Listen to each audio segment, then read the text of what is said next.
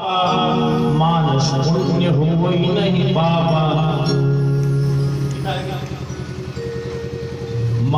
इस कलयुग का यही प्रताप है, मानस पुण्य होई नहीं पापा।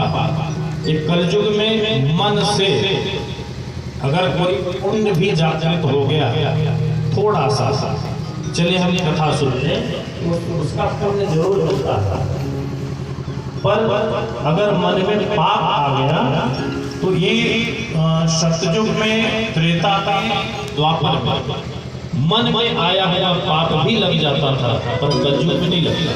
कलयुग में पाप करने से लगता है, लेकिन पाप जनित कष्ट को हरने की क्षमता किसमें है? कहा पुण्य में। अगर रात को खत्म करना है तो दिन का होना जरूरी है, तो ऐसे पाप को हरने के लिए पुण्य का होना जरूरी है। अब पुण्य हमारा तभी संचित होता है जब हम गुरु मंत्र लेकर के दीक्षित हो जाते हैं, हमारा खाता खुल जाता है। एक लोटा जल भी चढ़ाएंगे तो उसका जो पुण्य, जो ऊर्जा होगी वो हमारे खाते में आता है। तो पुण्यम पापहरम सदाशिवकरम। पाप को हरता कौन है? कहा पुण्य हरता है। पुण्यम पापहरम सदाशिवकरम विज्ञान भक्ति प्रदम। तो पुण्य ही हमारे पाप जनित कष्ट को हर लेता है। जब हम पुण्य का खाता खोले ही नहीं, कमाते रहिए, लुटाते रहिए, कोई फर्क नहीं। जब खाता खोल करके बैलेंस बनाए रहेंगे तो आपका एटीएम चेकबुक सब काम करेगा, नहीं लेके मत रहा। तो सेवा दासी रतो गणिका, सेवा त्यक्ता रतो लज्जा। सेवा स्वयं कराने वाली, उठ के बैठ गई पति देव से मांगे, और प्रतिक्रिया में लज्जा दिखाने वाली हो। और दूसरी बात, भोजने कटुवादिनी, भोजन के समय ही दुनिया भर की बात रख दे थाली परोस करके। तो आगतम स्वागतम सारम कृतम सारम तो भोजन, और रात्रो जागरणम सारम स्त्री सारम तो ताड़न। कहा भोजन जितना भी सुंदर बन जाए, आने वाला चाहे शत्रु ही हो, अगर हर्ष से मिले तो शत्रुता भूल जाता। आगतम स्वागतम सारम घृतम सारम तो भोजन। कितना भी अच्छा भोजन बना हो, अगर उसमें देशी घी न पड़ा हो तो वह भोजन पैशाचिक भोजन होता है, वो मनुष्य को, देवता को ग्रहण करने लायक नहीं रहता। इसलिए भोजन की शुद्धि घी से ही होती है। घृतम सारम तो भोजन, रात्रो जागरण सारम।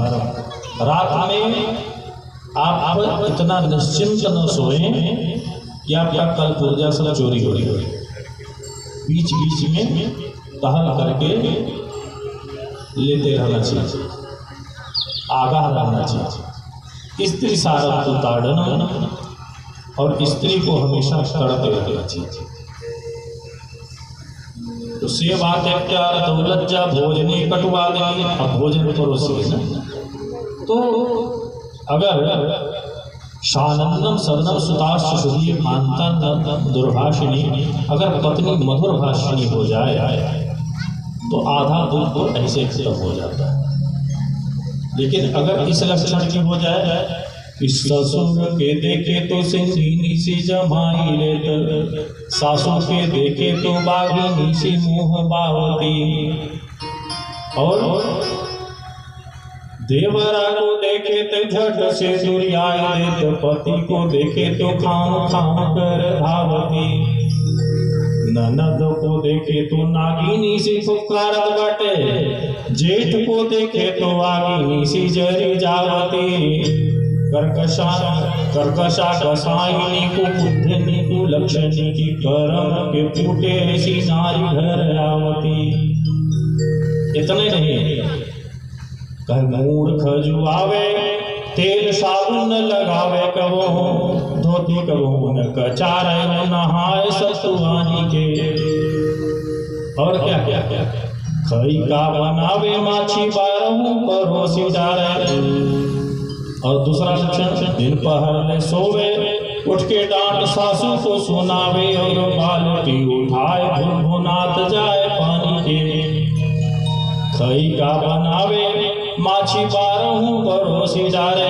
अगर जिस भोजन में बाल पड़ जाए उस घर में समझ लेना पितृदोष है, पितृदोष का लक्षण है। कितना सावधानी से भोजन बनाइए, भोजन में बाल पड़ ही जाता है जहाँ जिस घर में पितृदोष रहता है, और बाल पड़ा हुआ भोजन खाने योग्य नहीं रहता। तो खई का बनावे माछी बारहू परोसी डारे। और गुस्सा ना कहीं पे राखे सोझे बोले ना परानी से। खई का बनावे माछी बारहू परोसी डारे। गुस्सा ना कहीं पे राखे सोझे बोले ना परानी से। और क्या करती है कहलई का सोआवे पहले आप सोई जावे। रोवे मुक्का घमावे कहे जाओ तू भवानी के। हाँ, और अंतिम में क्या कहते हैं कि कथा सुने नहीं आवे, कथा सुनत के बतियावे। शास्त्र सुनत कही आवे लक्षण फूहर महारानी के। तो ये जो आप लोगों के लिए नहीं है, ये जो कथा नहीं सुनते उनके लिए। हाँ, कथा सुने ही है, अगर आए भी नहीं तो उन्हें बतिया दिया जेठनिया ससुरिया पतोहिया कोई। तो ये पत्नी का लक्षण बताया कि शेवात्तार तौलज्जा भोजने कटुवादिनी विपत्तौ कष्टदात्री च सा नारी जग विद्यते। ऐसी नारियां हर जगह देखने को मिल जाती हैं। पर आज यहाँ पतिव्रता नारी का उदाहरण दे रही है राधा राधा।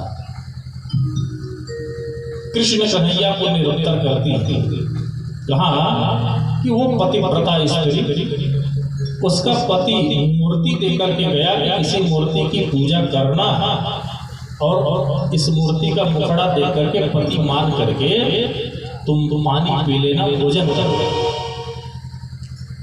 तो वो साल भर ऐसे ही करती रही। और कन्हैया एक दिन 1.5 वर्ष बाद जब उसका असली पति आ गया और दरवाजा खटखटा रहे सांकल, और वो पत्नी अपने उसी मूर्ति वाले पति की पूजा कर रही, अलमारी खोल करके। एक घंटा हो गया, पतिदेव सांकल खटखटा रहे हैं।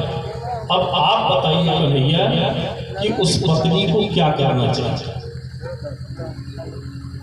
उसको क्या करना चाहिए? जब असली पति आ गया दरवाजे पर तो नकली पति की पूजा छोड़कर असली वाले के पास आना चाहिए कि असली वाले को घाम और धूप में खड़ा करके नकली वाले की आरती उतारना चाहिए। तो भगवान ने कहा, जानती हो जब असली पति आ जाए तो फिर वो मूर्ति की पूजा करने की क्या जरूरत है? कहा बस अपने प्रश्न का उत्तर आपने स्वयं दे दिया कि जब ये हाड़ मांस के शरीर वाला पति जो जन्म लेता है उसका मरना निश्चित है, तो ऐसे